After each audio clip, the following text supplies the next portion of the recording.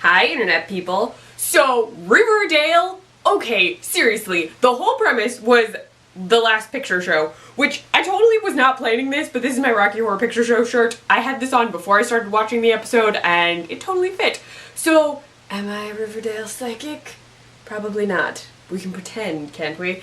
Okay, so anyway, this episode, Jughead was super pissed because they're gonna tear down where he works, the drive-in. And I was like, dude, I would be pissed too. Drive-ins are cool. I wanna work at a drive-in. Okay, so that was going on. Jughead was trying to stop the sale and figure out what was going on. So he plans like a last night at the drive-in thing. And I was like, oh my gosh, they're gonna tear it down. Like, there's no way. Because everything went crazy this episode. Okay, one, Betty knows how to jimmy a car. Like, she broke in to Miss Grundy's car and picked a lock with a bobby pin. She's freaking Nancy Drew. Yeah, freaking Nancy Drew. She and Betty find out that Miss Grundy is not Miss Grundy. She's a woman named Jennifer Gibson, who then reveals to Archie that she was running away from a terrible ex-husband. Yeah. So he finds out that she was lying to him this whole time about who she was because she's like hiding out.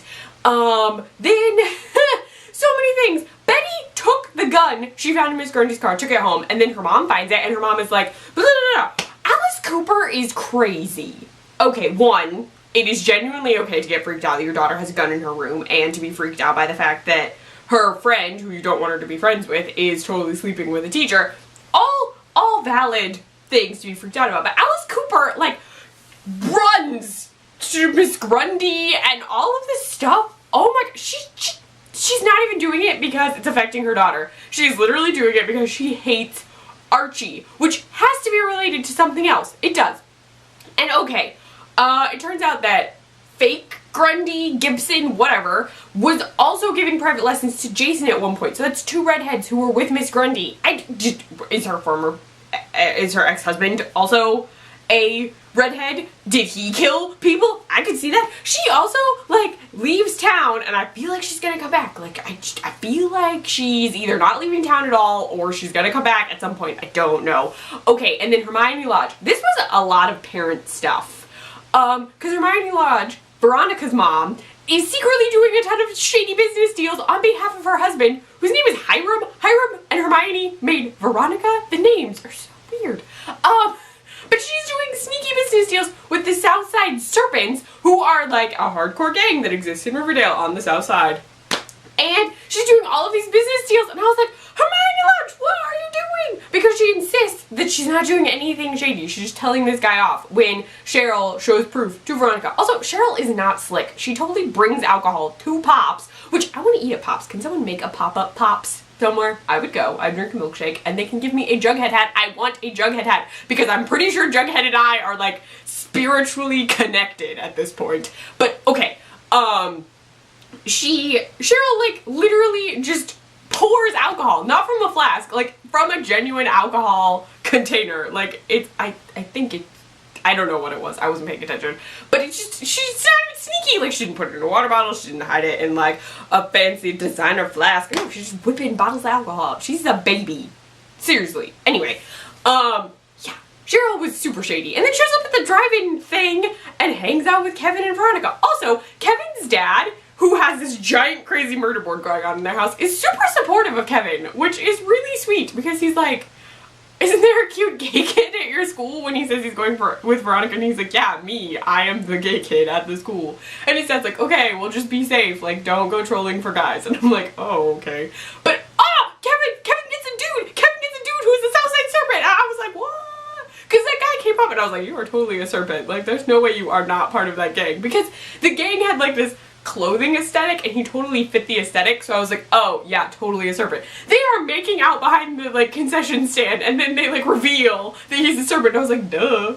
But I was like, Kevin has a guy. Kevin has a dude who's also gay. Kevin has a guy who might be also in the, Kevin's not in the closet, but I was like, is this guy in the closet? Because are the serpents cool with gay people? I want the serpents to be cool with gay people. I need you to know that, serpents. Yeah, you heard me. I'm sure that matters. But yeah. No, so I'm, like, excited to see how that goes. It's like Romeo and Juliet, kind of.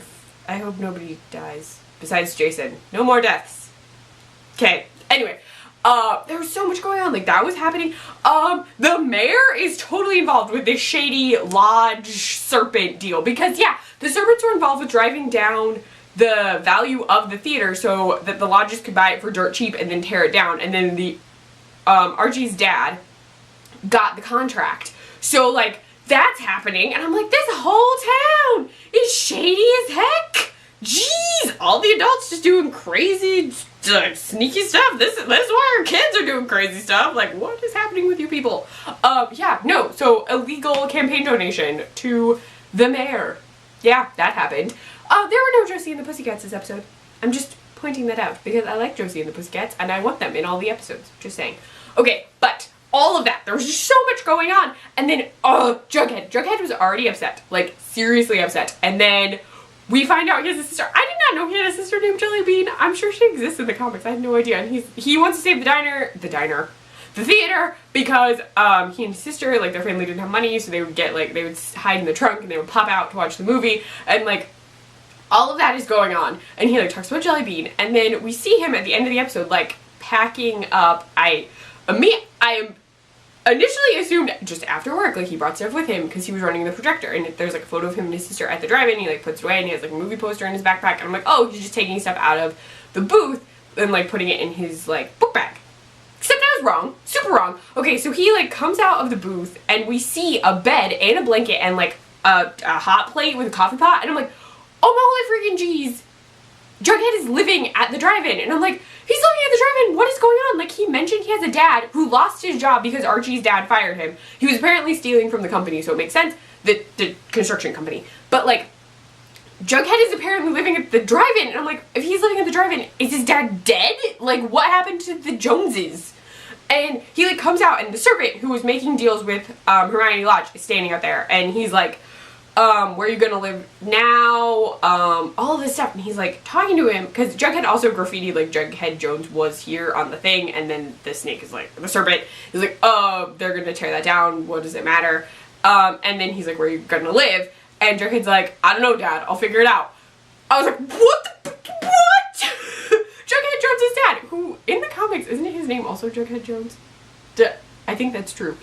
Is a serpent, which means that Jughead is from the south side, and technically part of, I mean, he's not a serpent, like, he's living alone somehow. He's literally not living in a house. He's traveling Riverdale, finding places to live with his backpack and laptop, and Jughead needs a house. Someone put Jughead in a house, or an apartment, or an attic, or somewhere safe, where he's not in the elements and going to be homeless. I need that to happen, okay? But then I'm like, is his sister part of the serpents now? Like, is his sister that girl with the braids? There was one girl that I, like, specifically saw who had, like, braids on the side of her head. I'm like, is that Jellybean? Because Jellybean looks young and sweet and tiny. And apparently it's not. I don't know where Jellybean is. But yeah, I was not, there were so many reveals. And, like, this episode felt slightly better, I don't want to say written, but things, like, a lot of stuff was happening, so it felt like stuff was developing more. I don't know. It felt a little bit different, like, the team was in, like, the swing of things by this episode, but I don't know. There was a lot of stuff, and all the adults in Riverdale are shady, except maybe Kevin's dad, who seems nice. And Archie's dad, I don't think is doing anything overtly shady, but he was totally hitting on Miss Grundy, who is not Miss Grundy, whatever. And that was weird. I also loved that they showed a Miss Grundy who looked like ones from the comics, because even though I haven't read the comics, I did look up pictures of Miss Grundy. I have seen them, and I was like, what? And that was really fun. So, I don't know. So much stuff is happening in this show now. I can't, it's crazy. Anyway, alright. I will talk to you more about Riverdale next time I watch an episode.